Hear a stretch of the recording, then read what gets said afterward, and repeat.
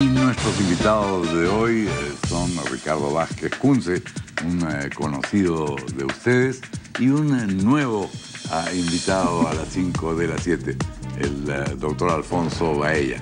Bienvenidos, Alfonso, Ricardo. Gracias por estar con nosotros. Gracias a ustedes por la invitación. Gracias por venir. Realmente importantísimo tenerlos a los dos el día de hoy en uno de los últimos programas del año, en un año que esperábamos, como siempre esperamos por alguna razón rara que los años terminen tranquilos.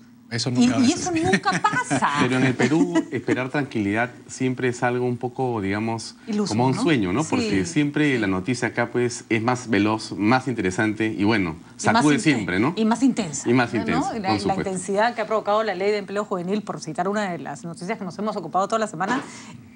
En fin, es una de tantas. Pero empecemos con el tema del Poder Judicial, porque sí es importante. Más allá de las acusaciones de corrupción, de ineficiencia, en este caso la Corte Superior de Justicia se declara básicamente en emergencia por una razón muy puntual. No son capaces de procesar todos los casos que les llegan en el momento en que les llegan. Es decir, se les acumula el trabajo, tienen demasiadas causas pendientes. Y yo no sé si aquí hay un problema en que tiene que ver con que los peruanos estamos acostumbrados a judicializarlo absolutamente todo. Ricardo.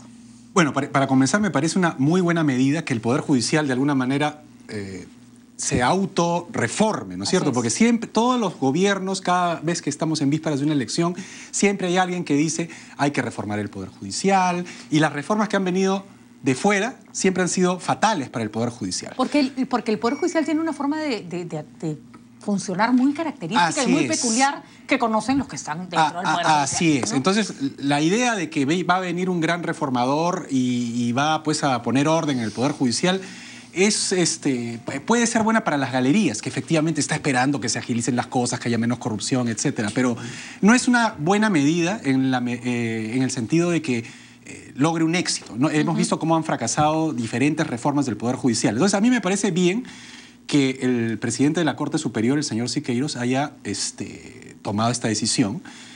No sé exactamente cuáles son, qué es lo que él propone, ¿no es cierto? Tengo entendido que quiere reformular una serie de, digamos, de instancias que habían sido fusionadas, etcétera, pero me parece que la medida apunta bien, es decir, está yendo en el buen sentido. Vamos a ver de qué se trata. Porque una cosa que escuchamos con cierta frecuencia son cambios de jueces, cambios de salas, reordenamientos burocráticos, que lo que hacen es poner a personas en puestos donde tienen que arrancar de cero cuando ya había alguien que tenía cierto trabajo avanzado. O sea, hay una suerte como de caos procesal que acompaña el accionar del Poder Judicial, por lo menos desde el punto de vista del ciudadano, ¿no? La pregunta en realidad debería también llevarnos a pensar si esta proliferación de nuevos casos de corrupción, esta multiplicación de la corrupción en todo nivel y en todo el país, ha traído como consecuencia también la agregación de presupuestos nuevos y por lo tanto de nuevas administraciones y gestiones. Y entonces quizás lo que está haciendo Siqueiros es poner realmente un punto en el debate interesante para decir, miren, hay mucho más trabajo y hay en este momento menos recursos. Entonces necesitamos efectivamente más dinero para poder trabajar y mejor gestión.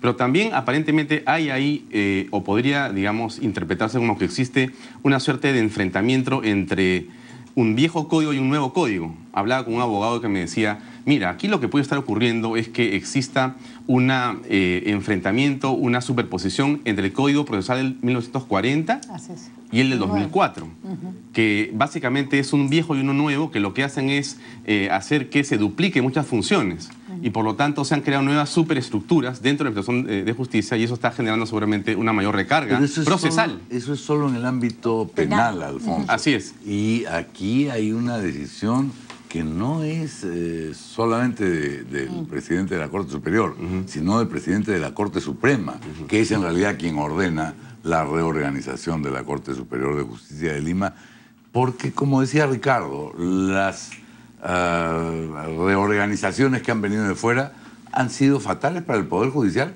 pero sobre todo fatales para el ciudadano, para el litigante, para los abogados, porque no han conducido a bien puerto. En buena hora comienza el Poder Judicial a mirarse la viga en el ojo propio y no la paja en el ajeno, ¿no? Sí, eso es fundamental. Ahora, el asunto aquí es que se hace dentro de la autonomía del Poder Judicial, que es lo que hay que guardar. Porque tú has dicho una cosa muy interesante.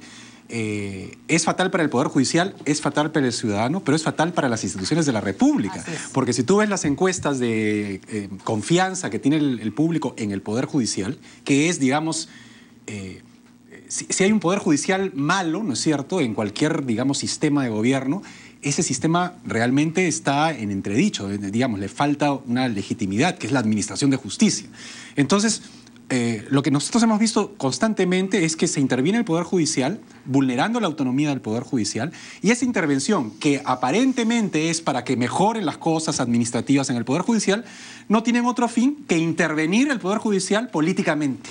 Esa es la típica en el Perú. Entonces, detrás de las buenas intenciones siempre viene Ahora, en este caso, el parte del asunto es dejar sin efecto una serie de, digamos, medidas que se habían tomado para desactivar salas. Es decir, han dicho, oigan, un ratito, ¿no? Esto genera más caos del que ya tenemos. Así ¿no? es. Que yo creo que hay un problema de gestión también, Sí, ¿no? claro. Qué bueno que Sequeiros lo esté advirtiendo y qué bueno que sea, como decimos, desde dentro.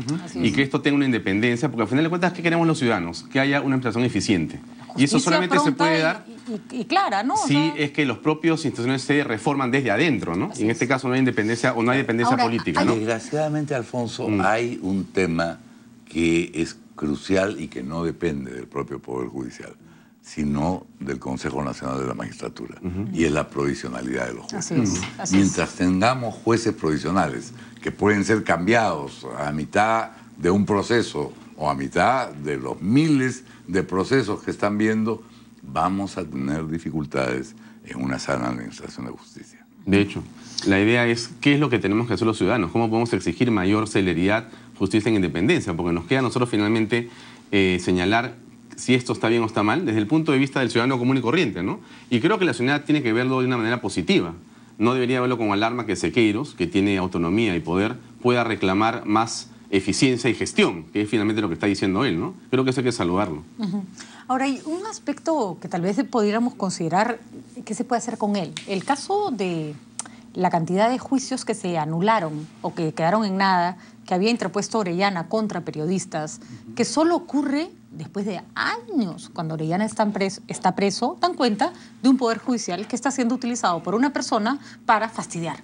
Y cuando tú tienes mucho trabajo pendiente, no debieras ocuparte en darle tribuna a alguien que pone juicios por fastidiar. Y los jueces saben identificar eso. En otros países eso es sancionado con una multa. O sea, no solo el caso no prospera, sino que a ti te cae una multa por intentar hacer del Poder Judicial una herramienta de venganza. Lo que pasa es que ¿no? tiene que haber un filtro, porque no cualquiera puede ir a accionar. O sea, la justicia no funciona así. Tiene que haber cierta razonabilidad. Si no hay una mínima razonabilidad, pues entonces digamos, los jueces, y quienes saben eso, como tú dices, son los jueces, que son los, digamos, los administradores de la justicia, son los que saben de códigos. Esos son los que tienen que ver y decir, mira, así es, tu pedido es un mamarracho. Claro, hijito, esto no tiene fundamento. Claro, obviamente, el juez también se puede equivocar y para eso existen otras instancias, pero en principio lo que no existió acá son filtros, porque los jueces simplemente proceden, igual que los fiscales acusan, los jueces proceden. Entonces, en el Perú hay una deformación muy grande que tiene que ver con que los administradores de justicia funcionan a veces como mesas de parte. Sobre todo, Ricardo, porque no son conscientes de que la majadería de ese que le pone un juicio al vecino porque le cae mal nos cuesta todo. Así es. No, sí, porque si fuera un pleito privado que van a resolver entre ellos, ya, ¿qué me importa en qué cosas se enfrascan? Pero no, le cuesta a todo el Perú cada juicio que Orellana le puso a un periodista de manera irracional. Que quizás no tenemos conciencia todavía de que ese poder es un poder que nos cuesta como cualquiera de los que está actualmente funcionando, tanto como el Congreso, como el Ejecutivo mal gestionado.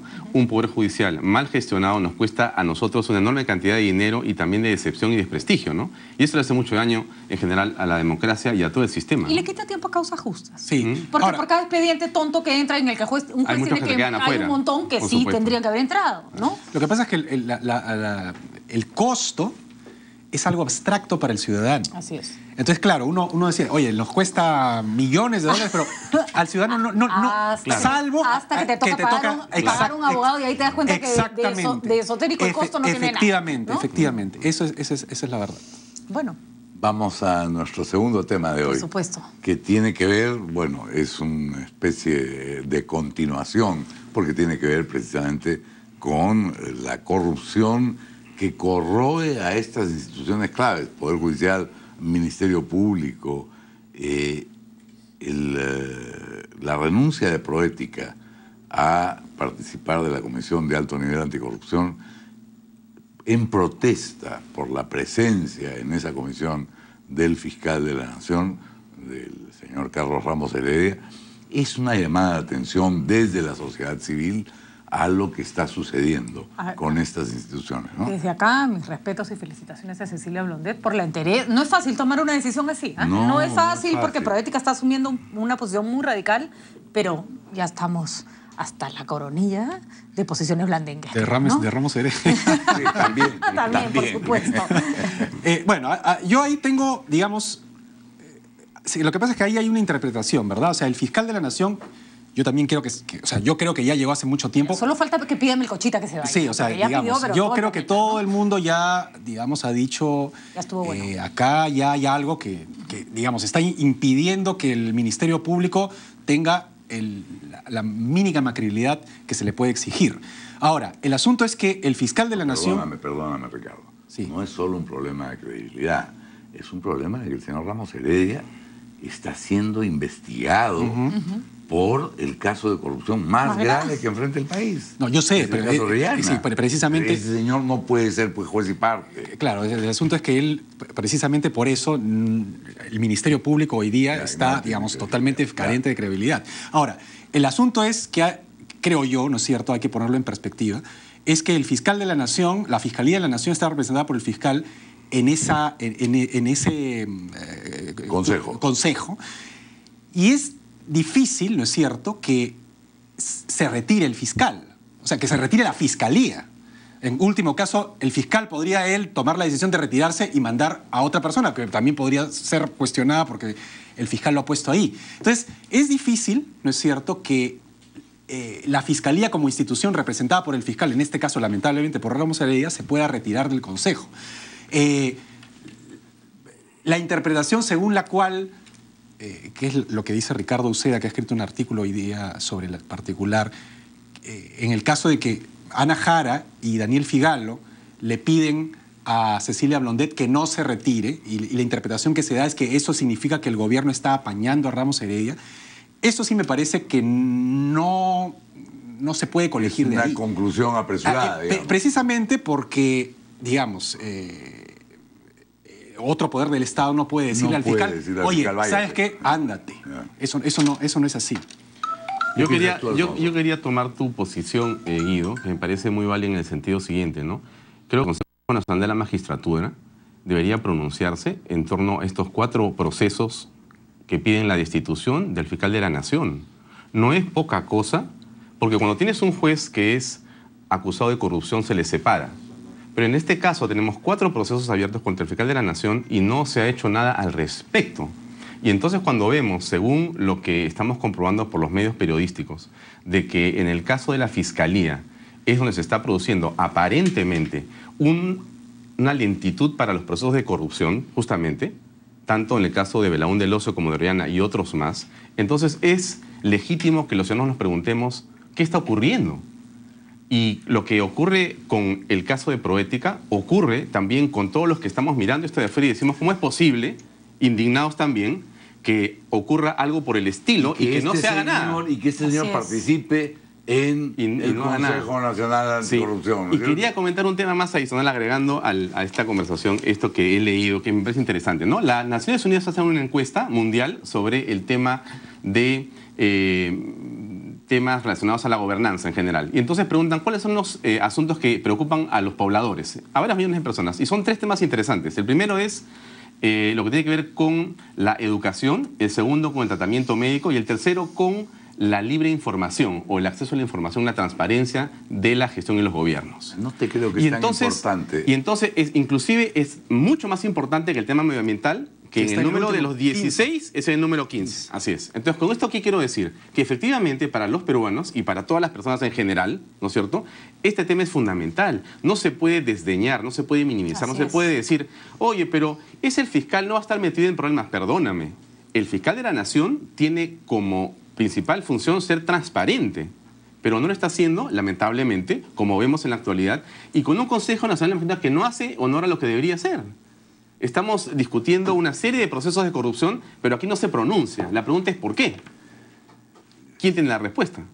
Nadie, porque claro, dirán que hay una serie de procesos y de expedientes que están esperando su pronunciamiento, pero este tendría que ser priorizado y puesto en primer lugar y pronunciarse sobre él en el término de la distancia. Cuando un juez es acusado de corrupción, ¿no se le separa? Y la pregunta, cuando a un fiscal se le pone 4 investigaciones para que lo destituyan, ¿qué se hace?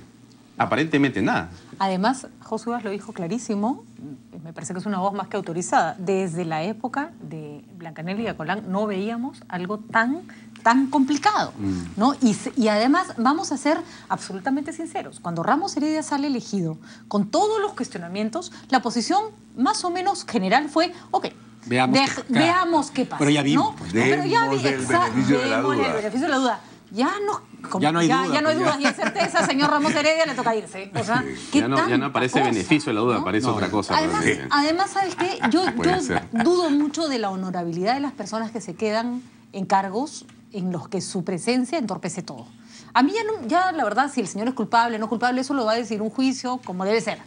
Pero si tú entorpeces una investigación tan importante y tienes honorabilidad, te mueves. Así es. ¿no? Lo que pasa acá es que generalmente se quedan porque necesitan manipular las cosas. Justamente para que no se descubra lo que había atrás de repente, ¿no? Los honestos se van corriendo. Así es. El día que, digamos, el señor se retire, pierde todo el poder de manipular adentro lo que supuestamente, digamos, los casos en que le atañen. Porque la cosa no es pues un tema menor, ¿no? Han ratificado 2 testimonios de 2 personas distintas que Ramos Heredia visitó al señor Orellana en más de una ocasión cuando ya estaba siendo cuestionado, para comenzar por el Colegio de Abogados de Lima, al cual pertenece el señor Ramos Heredia desde el año 2005. ¿Qué hacía el fiscal encargado de la Oficina de Control Interno del Ministerio Público visitando a un personaje como Orellana? Ya es bastante, eso es bastante, pero lo que, porque uno podría decir, bueno, en fin, todavía hay especulación, pero lo que sí no hay especulación es en la mentira de Ramos Heredia. Claro. Porque digamos, Ramos Heredia dice, yo nunca lo visité. Y entonces comienzan a salir los testimonios de que él sí lo visitó. Entonces, vamos a llegar al punto de que va a salir Nadine a decir, es mi primo, pero no sé nada. O sea, ya el señor se está volviendo un personaje tan complicado. De defender. ¿no? Exactamente. Y es un tema, mira, la propia Comisión Anticorrupción ha dicho claramente en varios pronunciamientos y ha cuantificado el tema de la corrupción, ¿no? Ellos dicen que son 10.000 millones de soles al año que cuesta cerca del 2% del PBI, lo que cuesta la corrupción en el país. La pregunta es, ¿cómo mantienen a estas personas dentro de esa comisión, que son tan investigadas y tan cuestionadas como el señor Ramos Heredia? Entonces, es un contrasentido del gobierno también, ¿no es cierto? Claro. Da la impresión de que aquí no se quisiera hacer las cosas como debería hacerse. Estamos haciendo tomando una serie de medidas o paquetes para reactivar y lograr un crecimiento cercano al 5% o superior al 5%, y tenemos 2%. 2 puntos, perdón. Que se nos pierden. Que se nos pierden por la coladera de la anticorrupción. Eso es inconcebible. Estamos dejando en la impunidad, ¿no? Por supuesto, porque además, no sé, plata malgastada, gastada torpemente, como cuando un alcalde hace una pileta gigante, no sé. Ojalá fuera plata gastada torpemente. Eso te da como cólera o te da como impotencia, pero esto no tiene nombre. No tiene el nombre. No, pues lo que hemos visto en Lancaster y en otros lugares es impresionante, ¿no? No solamente es el robarle a los no son obras mal hechas, son obras que no existen. Y por eso después sale elegido un personaje que le promete a esos a los que le robaron 500 soles. Y la gente dice, ay, qué brutos. ¿No brutos? Al contrario, o sea, les han robado de su bolsillo. Yo también votaría por el que me va a devolver, a mí no me importa. Todo lo demás. Parecen inteligentísimos, ¿no? Porque ya no creen en nadie. Patricia, no te pases. Es que no creen en nadie, Guido. O sea, ya no les importa si ese señor va a hacer obras o no. Quieren que algo de ese dinero les retribuya, ¿no? Y eso es un pensamiento absolutamente válido. No será tan grave o más que la corrupción, me parece la impunidad. Y en el caso del señor Ramos Heredia, estamos no solo la impunidad, ante un hay caso algo más de grave impunidad. que la impunidad. Es el corrupto en la cima del poder. Eso ya le hizo demasiado daño al Perú durante demasiado y más tiempo, podría ser, ¿no? el corrupto en la cima del poder que prometió no ser corrupto cuando ofreció y pidió votos, ¿no? Así es. Y eso es una cosa traumática para la democracia y para los electores. Y ojalá que aprendamos, oye, porque finalmente lo que importa es que el ciudadano ve estos casos y diga, me equivoqué, y hago un mea culpa y diga, no lo debería hacer, y alguien lo conversa en casa para aprender, yo creo que cuando las personas votan por corruptos en las zonas donde han salido, no es que no sepan que son corruptos, saben que son. Pero ese corrupto les ha ofrecido que, tipo Robin Hood, ¿no? O sea, aparte de lo que choreo, les voy a repartir, ¿no? El otro no me promete eso, solo va a chorear. Listo, voto por este. O sea, no es un razonamiento ridículo, es un razonamiento que tiene una base de cinismo sobre la decepción que es tristísima, ¿no? Ahora, lo que debería pasar es que en el Ministerio Público, o sea, debería haber una reacción del Ministerio Público, de los fiscales, para decirle al señor Ramos Heredia, mira, acá ya... Ojo, Ricardo, la señora Echaíz no renunció por las puras. Y ahí tuvimos una reacción de adentro del Ministerio Público de uno de sus personajes más renombrados. A quien se le quiso involucrar con el tema de los petroaudios. Yo creo que la señora Echaíz es una persona que puede haber cometido errores, pero es una persona proba, ¿no? Y nadie dentro del Ministerio Público la siguió. Así es. ¿No? Bueno, es una crisis pues, institucional en el Ministerio Público. Que se vayan todos. Sí, sí, ¿no? Si todavía sigue ahí Ramos Heredia y nadie... Nos vamos nosotros, solo por un instante. Tenemos que hacer una pausa. Una pausa. Escuchamos los titulares de la hora y volvemos. Seguimos en las 5 de las 7 y nos toca ver un tema que ya Guido había adelantado, que tiene que ver, por supuesto, con los cuestionamientos a Ramos Heredia y, sobre todo, su constante reunión con Orellana. Eso estaba cantado desde el principio. Y Orellana, además, está clarísimo que va a decir lo que tiene que decir porque ya está perdido, está en la cárcel. ¿Vamos a seguir con ese fiscal de la Nación? Seguimos, por ahora. Continuamos por ahora. La posición de Orellana en estas circunstancias es bastante singular. Es un hombre que ya perdió todo lo que tenía que perder y que se está convirtiendo en una bomba de tiempo para muchísima gente. ¿Cómo hacemos para que su tema sea o su participación sea realmente valiosa y no se convierta en un tirijala o en un decir soy amigo de fulano, mengano, sutano y empezar a usar el ventilador para embarrar a todo el mundo? Bueno, es lo que va a pasar. Es lo que ya empezó a hacer. Es lo que va a pasar. O sea, tú me dices, ¿cómo haríamos para que eso no suceda? Es bien difícil teniendo ahí al fiscal de la Nación que digamos, lo visitaba, ¿no? O sea, así es. Tenemos de despensero al gato. O sea, sí. Es obvio que se van a poner... O sea, no hay que ser muy saorí como para saber cómo va a Orellana a ir administrando lo que sabe y cómo va a ir en el tira y afloja que tú dices. Por lo pronto ya dijo que era amigo de Toledo y que es muy amigo de Castañeda. Y seguro que sí o no sé, eso habrá que investigar, pero ya empezando por ahí, las cosas empiezan a complicar. Porque además comienzas tú a decir, yo soy amigo de este y de este y de este. Entonces, al final, termina siendo amigo de todo el mundo y todo que... Ya sabemos eso, todos quedan diluidos en la misma carroña. No, es que creo que es lo más interesante es que tú digas que eres amigo de todos, ¿no? Así es. Porque para efectos de distraer la investigación, terminas tú diciendo, bueno, hámele ligación también al señor Vázquez Kunze, a la señora delRío, al señor Lombardi, a todos amigos de todos. Entonces terminamos estando todos metidos en una investigación y ahí termina el tema. Del nacionalismo con respecto al caso López Meneses, ¿no? Claro. Pero investiguemos desde el 90. O a ir acá. Ya no te pases, pues entonces es imposible encontrar nunca la verdad y menos la justicia. Así es. Ahora, la pregunta es cómo es que el sistema judicial y al final de cuentas, cómo es que la ciudadanía se protege de esto. ¿Cómo hacemos para poder evitar que el gato despensero termine por hacer que la justicia sea una broma? Esa es la gran pregunta que tienen que contestar, pues no sé si los magistrados o posiblemente pues el poder ejecutivo, que también tiene algo que ver en el tema de la anticorrupción, o mucho que ver. La primera Ana Jara es la presidenta de esa comisión anticorrupción y ella está conviviendo con el señor Ramos Heredia también. Claro, no le queda casi otra porque es prima de la jefa, pero no es así solamente. Hay maneras de acotarlo. Por ejemplo, el caso Fujimori, si bien se cometieron de pronto algunos excesos metiendo presos a quienes no debían, porque en el momento agarraron a todos en un mismo saco y los metieron a la cárcel, y luego se fue depurando en los niveles de responsabilidad. Todos recordamos hasta el día de hoy en un programa periodístico que se intentó involucrar al presidente entonces, Valentín Paniagua. Sí, una barbaridad. En 3 gritos se acabó la discusión, ¿no? O sea, hay maneras de acotar, digamos, esta suerte de necesidad de embarrar a todo el mundo, ¿no? Pero para eso se necesita alguien que tenga la credibilidad que tenía en ese momento Paniagua.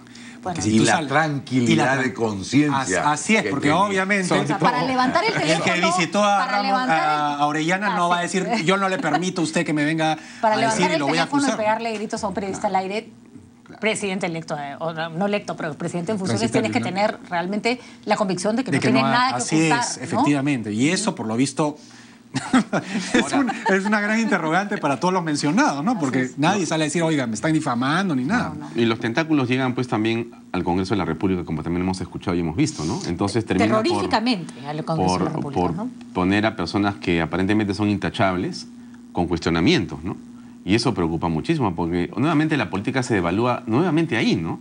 Donde deberías tener líderes políticos jóvenes y nuevos, que te den un poco de esperanza sobre que las cosas pueden cambiar, te encuentras con personas que han visitado estas instalaciones del búnker de Orellana y que no lo sabíamos, ¿no? No hemos enterado porque otros han comentado el tema y se ha dado a la luz por otras razones. Ahora hay Entonces, dos- Perdóname, no solo Orellana, que finalmente es un criminal de cuello blanco. Hay congresistas fotografiados Con narcotraficantes. Con narcotraficantes En las fiestas, y narcotraficantes. ampones y sicarios. no, sí, estamos ya, sí. La visita es lo más light que hemos escuchado, Sí, porque claro. sí, realmente claro. estar ya en fiestas y estar en negocios, como No, hemos recibirlos en el Congreso. presumido, se presume, ya es cosa mayor, ¿no? Sí, la cosa es, pero que tiene que ver, el otro día leí un titular que podría haber sido aplicado perfectamente al Perú, en que Dilma Rousseff decía, la corrupción no es nueva en Brasil, la impunidad sí, ¿no? Ha dicho Ya. algo que quizá no podría decir un presidente en el Perú.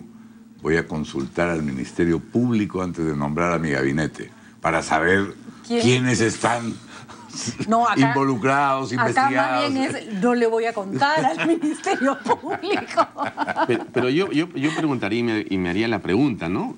¿Cómo podríamos hacer para combatir esto, no? O sea, a ver, Ricardo, Patricia, Guido, si la gente nos escuche y podemos decirles qué hacer, ¿no? Porque es un conseguir cáncer tremendo. cosas Entonces la pregunta más es la siguiente, ¿no? Yo complicadas. pregunto si es que desde el hogar de cada uno, desde la casa de cada uno, con los hijos o entre los amigos, no se puede conversar del tema de alguna otra forma, abordarlo. No sé si ese es el camino o el espacio para iniciar un proceso de depuración en el país. O sea, necesitamos limpiar lo que está ocurriendo de alguna manera y comenzar de algún lugar. Yo creo que- Porque no tenemos un espacio en este momento para poder decir somos anticorrupción. Totalmente de Todo acuerdo. está contaminado. Pero yo sabes qué pienso, Alfonso, que parte, o sea, la corrupción es como el último escalón de pasarte la luz roja, no pagar los arbitrios, no inscribirte en la lista no sé qué y esperar que te amplíen el plazo. Es decir, el desprecio por la legalidad, por las normas, por las leyes, finalmente Nos invade a todos. A todos. Y claro, Unos más, unos menos, pero pero, todos exactamente, terminamos a ahí. un nivel, cuando tienes menos poder, tu poder de corrupción es más chiquito, nada más, ¿no? Pero Nos invade a todos porque la verdad, como está tan expandido, uno ya lo toma por, bueno, si lo hace porque no lo voy a hacer yo. ¿no? Ay, O sea, pero por supuesto, pero no, además- es una mentalidad perversa. Así es. Ahora, ahí sí yo creo que, digamos, por ejemplo, estas dos marchas que han habido contra esta ley Pulpín. sí. Independientemente de que uno puede estar a favor de la ley o en contra de la ley. Lo que sí es objetivo es que la marcha de ayer, por lo menos, fue mayor a la primera marcha Sí.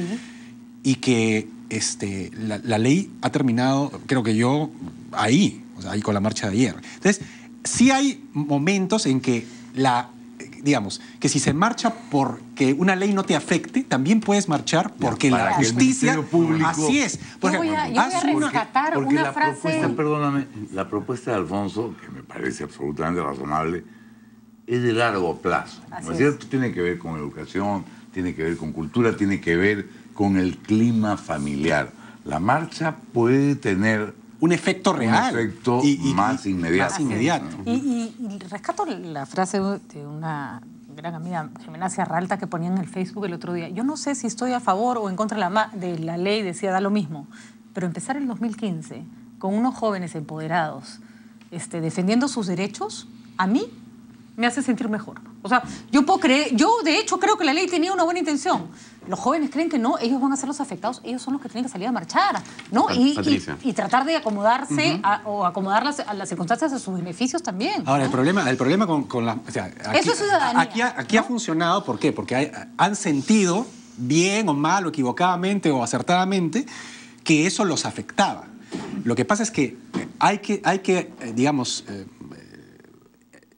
la situación del Poder Judicial, la situación de la Fiscalía, la situación de Ramos Heredia, etcétera, ese tipo de situaciones, la gente no lo siente, no siente que los afecta. Claro. Entonces, esa es la labor, de alguna manera, de los que estamos acá, que de alguna manera intermedian, porque los políticos ya no intermedian para nada, ¿no? Entonces, es a decirles, oye, tanto como te afecta la ley Pulpín, te afecta tal vez mucho más un fiscal de la nación corrupto. Como decía Marcelo Minami, métete en la política, porque si no la política termina metiéndose en tu cama, ¿no? Mañana sale alguien que prohíbe el uso del condón y se acabó tu historia. O sea, habría que ver cómo evitamos que esta utopía de las redes sociales se convierta en eso. Así es. Y es decir, ahí que no, es el especialista no tanto hablando. Pero la reflexión es válida porque, mira, lo que ha ocurrido en la primavera árabe y lo que después pasa en Egipto y en Túnez, que no termina por cambiar lo sustancial, sino básicamente lo cosmético, entonces nos trae la reflexión de que hasta qué punto las redes sociales también con los jóvenes caminando por las calles entienden que lo que tienen que hacer es un cambio, producir un cambio, hacer que la estructura de poder cambie lo que ellos quieren, pero no solamente protestar. La protesta que ha ocurrido es realmente extraordinariamente positiva y buena y alentadora. Pero esa protesta tiene que traducirse en algo más importante. Ya, claro. Tiene que haber un cambio, Alfonso, no sé si en la ley o en alguna otra estructura. No es culpa de las redes sociales ni de cómo estos jóvenes se organizan. Porque, a ver, yo hago un paralelo con los 90. Cuando salíamos a marchar los que no teníamos redes sociales y nos enterábamos porque te pasaban la voz en contra de la dictadura, era lo que fuere. Había alguien que traducía eso en un comportamiento político. Llámese congresistas, representantes. ¿Cómo ¿no? se convierte esta protesta en una estructura, cómo se concreta en algo? Porque lo que no podría quedarse es en que el gobierno diga, entonces esperemos un año que ver si la ley va a ser así o así. Lo que no puede pasar es que los líderes de oposición te digan que les cayó nieve en la cabeza y que no entendieron la ley, pues. O sea, pero por eso es que no se traduce políticamente en nada, porque los políticos obviamente están tan desacreditados. No están intermediando, claro que tú decías. Claro, no están intermediando. A mí me da vergüenza ajena ver toda esta semana y la semana pasada a congresistas decir, no, que estamos en contra de la ley, porque... Y yo digo, pero usted votó a favor y le fue a preguntar a esa persona a la que usted representa su voto algo sobre la ley que estaba aprobando. No les interesa. O sea, se han olvidado de que representan a alguien. No se les cae la cara de vergüenza de haber votado a favor de la ley de 30 días y poner cara de, ay, ahora ya no me parece, ¿no? Saca tu voto. Realmente vergonzoso. Si hay algo para lo que sirve, para varias cosas sirve esta ley, que yo sospecho que va a terminar derogándose porque la presión social es muy fuerte, pero sirve para hablar de un tema nacional de esta importancia. Sirve para hablar de los derechos laborales de los jóvenes de los que nadie hablaba. Sirve para buscar una salida que tal vez no sea esta, pero que sí beneficie el trabajo de los jóvenes. Pero es de todos los derechos, no solamente de los jóvenes, es de todos los derechos laborales. Y Alfonso, ¿sabes para qué sirve? Magnífico para verle el fustán a todos los políticos. Es que han quedado desnudos totalmente. O sea, todos se les ha... Los ha visto como, como rayos X. Yo hoy día tuve que manifestarle mis respetos a Johnny Lescano, porque yo no estaría de acuerdo con él en un montón de cosas, pero esta vez es una persona que ha mantenido una postura desde el comienzo hasta el final. Igual que Marta Chávez. Igual que Marta Chávez. Marta Chávez ha sido consecuente y ha renunciado. O sea, en el Perú no renuncia a nadie y hasta que lo votan. No sean congresistas de mi agrado, pero eso merece un respeto. Por supuesto. Y hemos visto también, lamentablemente, otros comportamientos que no han sido y no han estado a la altura, ¿no? Y más bien decepcionando, ¿no? Yo creo que al final, ojalá que los jóvenes... Mira, yo creo finalmente que sí se dan cuenta de las cosas. Yo tengo una enorme esperanza porque converso con jóvenes todo el tiempo en las redes sociales y lo que yo percibo no es lo que ha dicho el presidente de la República, que no leen, que no saben dónde están parados o que los puedes manejar. Creo que tú no puedes manejar hoy día a un joven de entre 18 y 24 años como quizá alguna vez alguien pensó hace 40 años. Porque la capacidad que tienen de análisis, de revisión, de lectura y análisis de las cosas que están pasando y de crítica es mucho mayor que la que ocurría hace 50 años. Por supuesto que sí. Y así no fuera, Alfonso. Así no leyeran, como probablemente tampoco leíamos nosotros, la capacidad que tienen de mandarte al tacho en 140 caracteres y que te caiga tacatán, ¿no? Pero es que es contradictoria la posición del presidente de la República, porque por un lado dice que los políticos están engañando y manipulando y movilizando, y por otro lado dice que los políticos se cuelgan de estas marchas juveniles para hacer aparecer que son sus seguidores. Entonces, ¿en qué quedamos? ¿Quién manda? Claro, ¿quién la lleva? ¿Los políticos o los chicos? ¿No? Qué pena que se nos agote el tiempo, porque sí me parecía interesante seguir conversando sobre las redes sociales y lo que logran los jóvenes a través de esta comunicación de 140 caracteres. Yo creo que es un potencial enorme el que tienen ahí, pero efectivamente, si es que hay una clase política que no sabe traducir eso en medidas que canalicen sus intereses, pues les toca a ellos buscar sus Nos propios vamos canales. a ver con una erupción.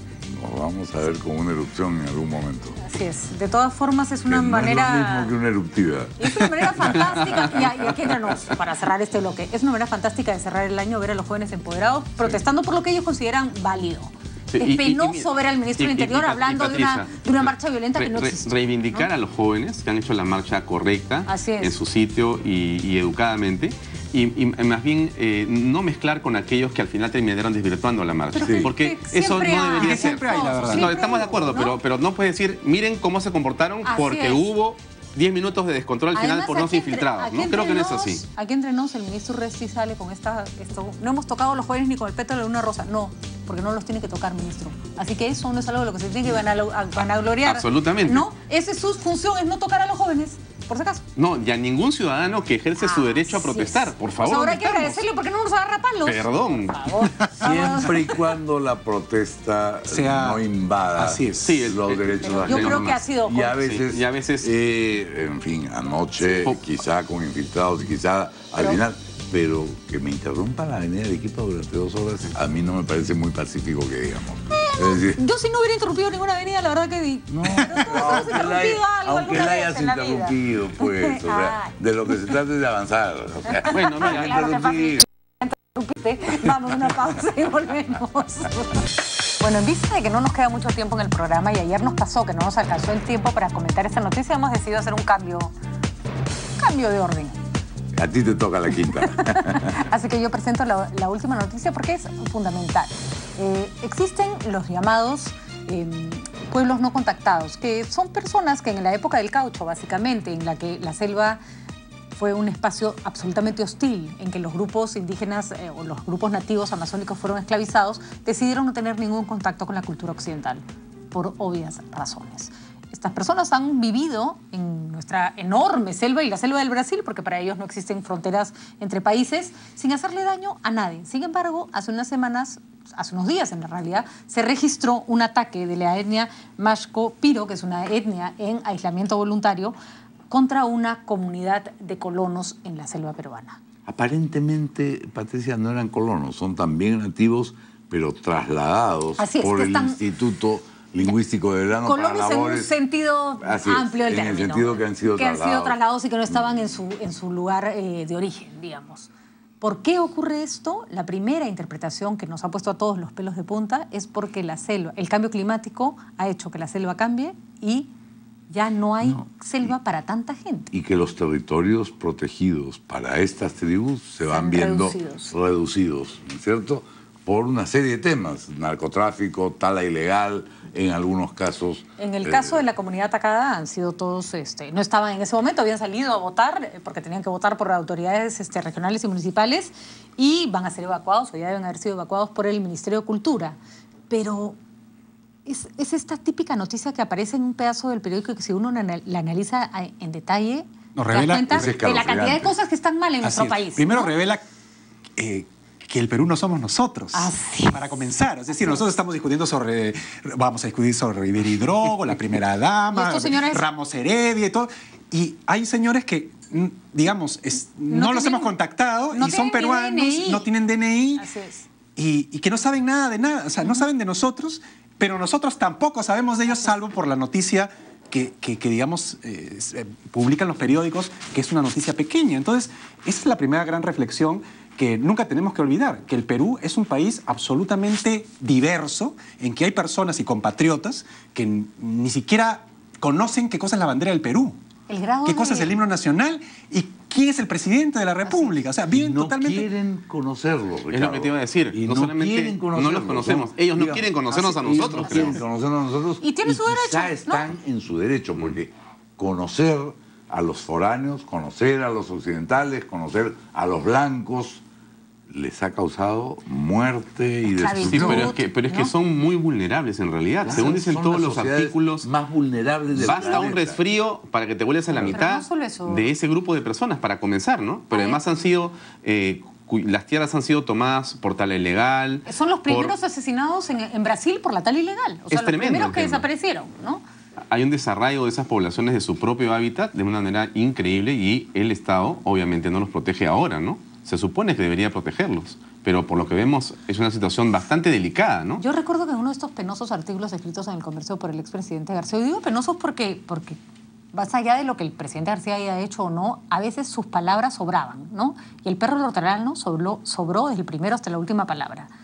Él hablaba incluso de los no conectados. O sea, era tal su desconocimiento que no sabía ni siquiera que el término era no contactados, no conectados, como si se tratara de una conexión a Wi-Fi, digamos, ¿no?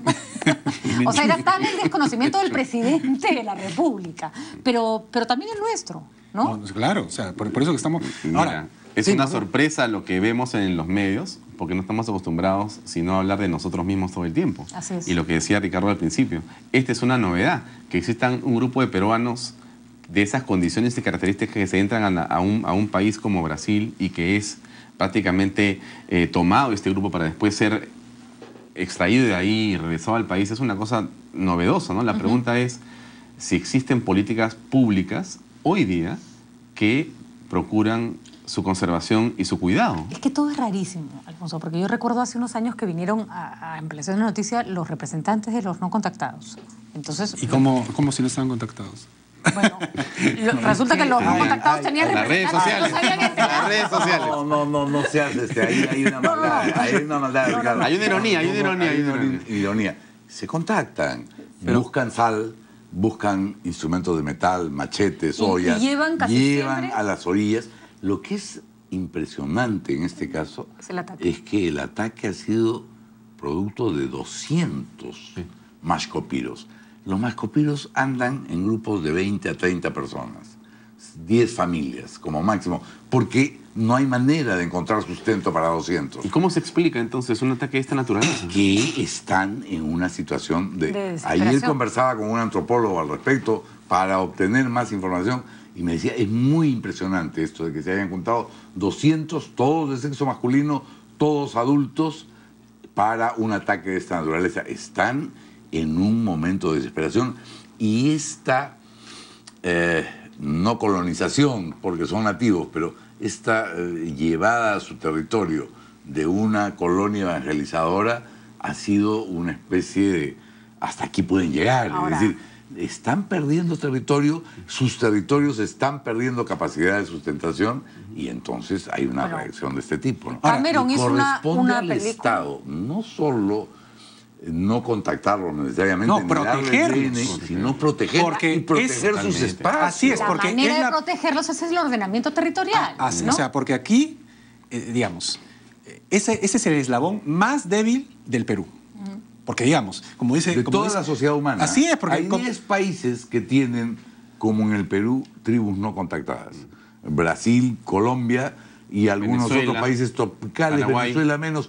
No, más bien Indonesia, Papúa Nueva Guinea. Ojo, que muchas personas piensan que son personas a las que nunca les llegó la civilización. No, no. Y esto demuestra el nivel de determinación de esos pueblos. En un momento dijeron...